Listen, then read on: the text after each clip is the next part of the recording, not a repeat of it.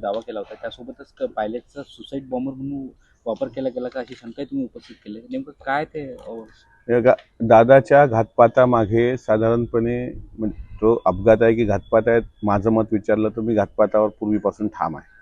प्रश्न असा आहे की घातपात करण्यामागचं प्रमुख जर काही त्याच्यामधलं काही असेल फोकस तर तो आहे विमान.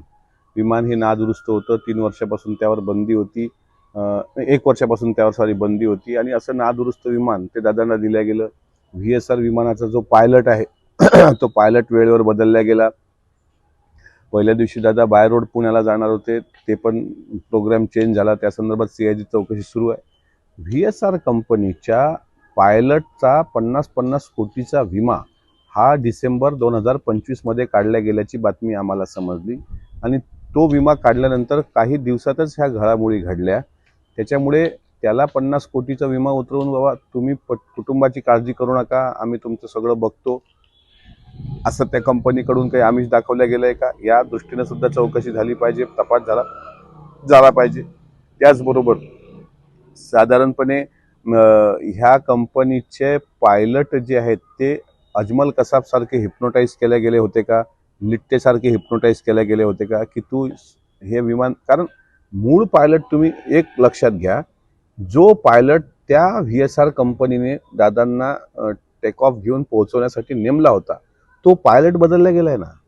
तो जो पायलट होता आणि कपूर नावाचा पायलट तिथं आणला गेला. बरं, कपूर जिवंत असल्याचं त्याची पत्नी सांगते आहे. त्याच्यामुळं पायलट सुद्धा हिप्नोटाईज केला जाऊ शकतो का, ह्या दृष्टीनं चौकशी झाली पाहिजे. कदाचित माझं बोलणं अनेकांना हास्यास्पद वाटेल, कदाचित अनेक लोक त्यावर वेगळं मत प्रकट करतील, पण बारकावे यातले शोधल्याच गेले पाहिजे. त्यामुळे मला ही पण शंका आहे की VSR कंपनीचा या घातपातामध्ये मोठा सहभाग असण्याची शक्यता नाकारता येत नाही.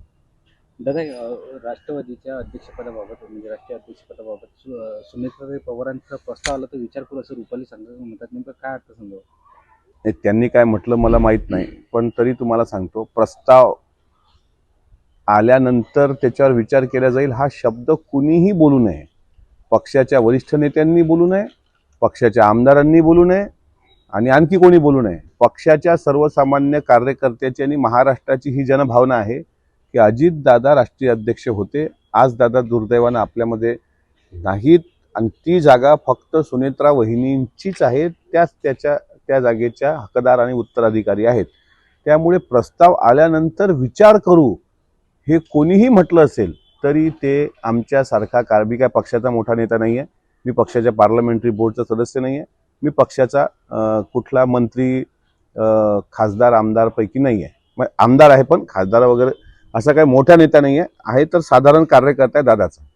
त्याच्यामुळं अजितदादांच्या धर्मपत्नी सुनेत्रा वहिनी ह्या जर राष्ट्रीय अध्यक्ष त्या ठिकाणी होत असतील आणि त्याचा प्रस्ताव आल्यानंतर आम्ही विचार करू, हा शब्द असह्य आहे, हे आम्ही कोणी खपून घेणार नाही. कुठलाही असो, कोणी म्हणो, मी जरी म्हटलं असतं तर कोणी खपून घेऊ नये. तो अधिकार फक्त आणि फक्त सुनेत्रा वहिनीचा आहे. म्हणजे प्रस्ताव द्याल, तो प्रस्ताव येईल, मग आम्ही विचार करू. म्हणजे हे काय लावलं, हे नाही खपून घेणार कोणी. चूक असेल तर चूक आहे, बरोबर असेल तर बरोबर आहे.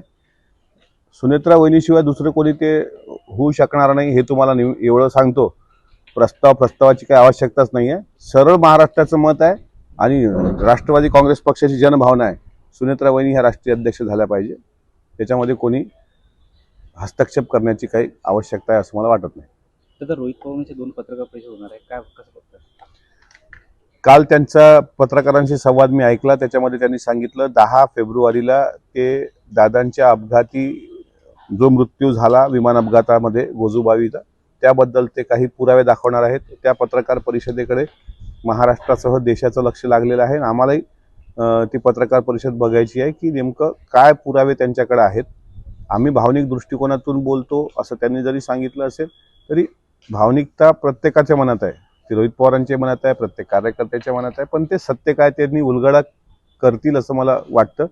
त्या पत्रकार परिषदेमध्ये हे कुणी कार्यक्रम बदलला, कोण कोण दादाला भेटलं होतं, पहिल्या दिवशी दादाचा नियोजित दौरा कसा होता, दुसऱ्या दिवशी अचानक विमानात दौरा कसा झाला, त्याच्यानंतर दादांच्या सोबत कोण कोण होतं, एकूण 6 लोक बसले होते की 5 होते, या सगळ्या गोष्टी ते बोलतील असं मला त्यांच्या एकंदरीत बोलण्यावरून कळतंय.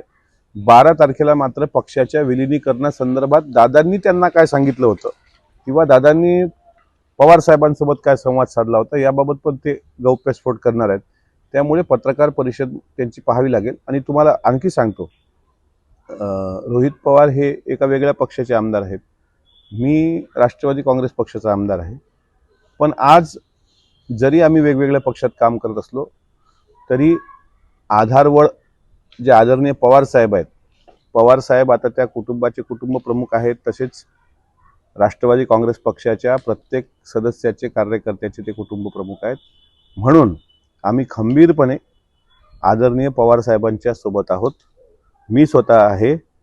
रोहित पवार जी काही भूमिका घेत असतील, अजितदादांच्या संदर्भातले जे काही गोष्टी असतील त्यात 100% आम्ही त्यांच्यासोबत आहोत. त्याच्यामुळे आम्हाला राजकीय फार अपेक्षा आमच्या नाहीत. आमचे काय मोठे पतसंस्था, साखर कारखाने, बँका असं काही नाही आहे.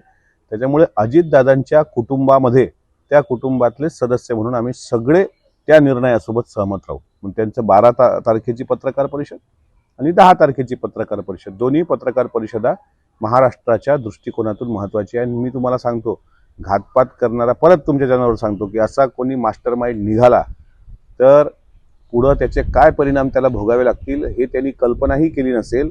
त्याचे फार गंभीर परिणाम भोगावे लागतील. कारण आता आम्हाला अजिबात सूचना असं झालंय, दादा गेल्याचं दुःख किंवा ते दादा गेले असं अजूनही मन मानायला तयार नाही आहे. त्याच्यामुळे साधारणपणे एक गोष्ट लक्षात घ्या, पत्रकार परिषद झाल्यानंतर मी स्वतः तुम्हाला त्याबाबत बोलवून सविस्तर चर्चा करेल.